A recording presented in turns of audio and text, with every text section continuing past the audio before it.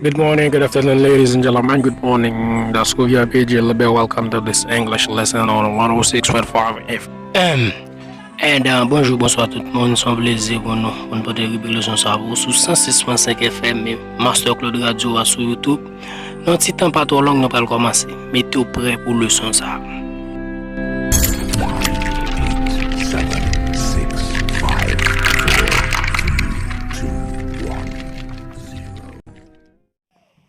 In this lesson today, we are going to talk about the greeting. Dans le leçon aujourd'hui, nous allons parler de salutations. We will give you more greetings and how to use them. Nous allons voir plus de salutations et qui j'en vous servir à qui. We will do this with another teacher, but she is not Haitian. Nous allons faire ça avec un autre professeur, mais il n'est pas haïtien. Let's begin. On nous commence. Let's go, teacher. A greeting is an act of communication Un greeting, c'est une communication active. in which we make our presence known or to welcome others. Pour saluer yon moun ou connaît ou bien pour dire bienvenue à yon moun ou pas connaît. A greeting is usually the start of a conversation. Yon greeting toujours là pour commencer yon conversation. On connaît nous comme ça greeting là, c'est liquide salutation. This can be when you meet a new person or someone you already know, Ça qu'a fait le rencontrer un nouveau monde ou bien yon moun ou te connaît déjà. or when you greet your audience. Ou bien le saluer audience ou qui signifie fanatique, on dit ça public, c'est ça qui est audience. There are formal and informal ways to greet someone. Gen façon formelle ak façon informelle pour saluer yon moun. Formal greetings are used in professional or important situations. Salutation formelle là, utilisée de façon professionnelle et l'utiliser dans conversation qui est important. For example, when you're at work talking to your colleagues or your manager, or if you're giving a presentation. Par exemple, on travaille avec collègue ou avec manager qui signifie directeur travail ou bien leur ba une présentation qui est important. Informal greetings are used in unprofessional or casual situations. Salutation qui est informelle, yo pas utilisé professionnellement et yo utilisé dans conversation qui très amicale, très sympa. For example, when you're talking to your family or friends that you know very well. Par exemple, on parle avec famille et moun on connaît très bien. Hello. This is the most common way of greeting someone and can pretty much be used in all situations. Hello, c'est façon qu'a saluer yon moun et qui qu'a utiliser dans en pile situation. Good morning, good afternoon, good evening. We use these expressions depending on the time of day. Good morning qui signifie bonjour, good afternoon signifie bonsoir, good evening qui signifie bonne soirée. Utiliser mot ça va dépendre de les liés dans journée. How are you? How are you? On va répéter ça qui signifie qui j'en ouye. The person will usually reply with, I'm good, thank you, or I'm good, thanks. How are you? En pile moun souvent répond avec I am good, thank you. Ça veut dire moins bien merci. Bien I am good, thanks. Ça c'est le parlant en mot comme réponse. We combine this with another greeting. For example, hello, how are you? Or hi, how are you? Si moun nan di hello, how are you? Ka répond ni tout dit hello, how are you? Ou bien hi, how are you? It's nice to meet you. We use this in situations where we're meeting a person for the first time. Ou utiliser it's nice to meet you le rencontrer yon moun pour la première fois ou bien le gen longtemps pas rencontrer moun ça veut dire it's nice to meet you. This can be used in formal settings. For example, at work. We usually combine this with hello or hi.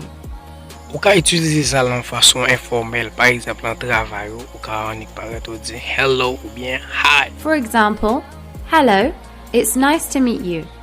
Or hi, it's nice to meet you.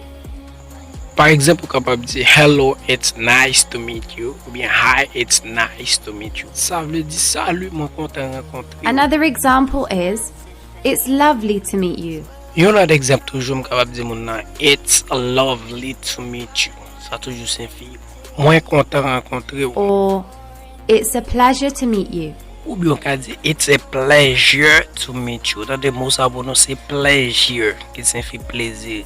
It's a pleasure to meet you. C'est un plaisir de me rencontrer. The informal and casual ways of saying hello are Façon qui informelle et qui très sympathique pour dire mon salut, c'est hey, or we can say hey there. ou ka dire mon hey ou bien on dit hey there. Hey there. Hey is used in cases where we know the person very well, as it can sound rude if you say hey to someone that you don't know.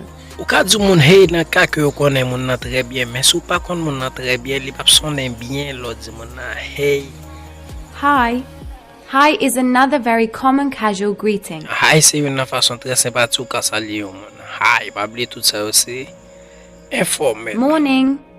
This is a casual way of saying good morning. M'ka dire mon morning seulement ça m'a dit good là, ça c'est une façon très sympathique ka saluer yon monde. Ou seulement dire morning, et signifie bonjour, ou pas dire good morning. Là, vient très sympathique. We can also say the same for afternoon and evening. On peut toujours faire même bagarre là pour good afternoon et good evening. Ou seulement dire afternoon, ou bien dire evening pour dire bonsoir et bonne soirée. How are things? Or how's it going? How are things et how's it going? Tous deux toujours signifient même bagarre là. Qui j'en oui.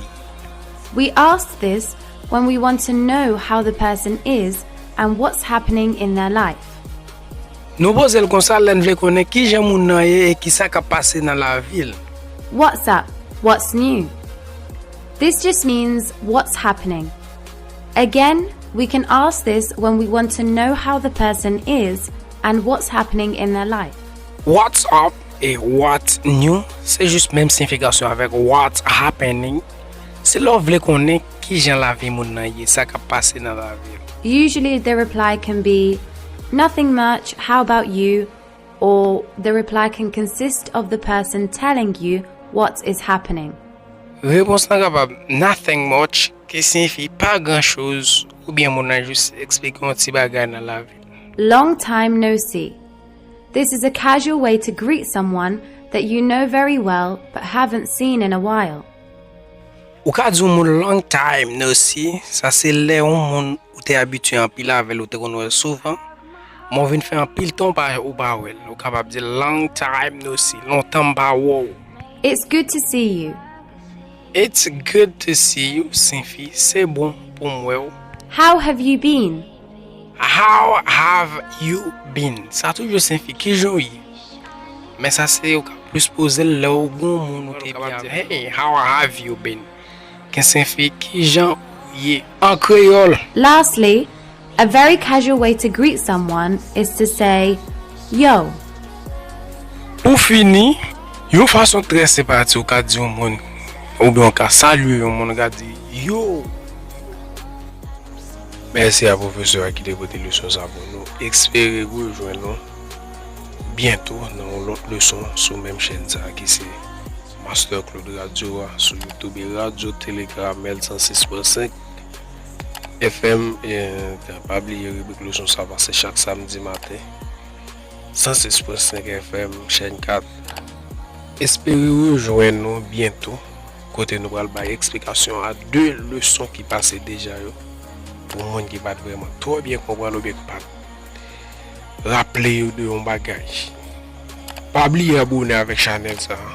Pas oublier abonner avec channel ça et si vous avez une question d'appeler vous écrire dans l'espace commentaire ou bien on va poser toutes questions sur 38 11 24 61 n'a content répondre dans une leçon cap fait bientôt. C'est ton plaisir. Hope to catch you next for better show guys. Master Claude, your hit music station, plays the hottest sounds from your favorite artists.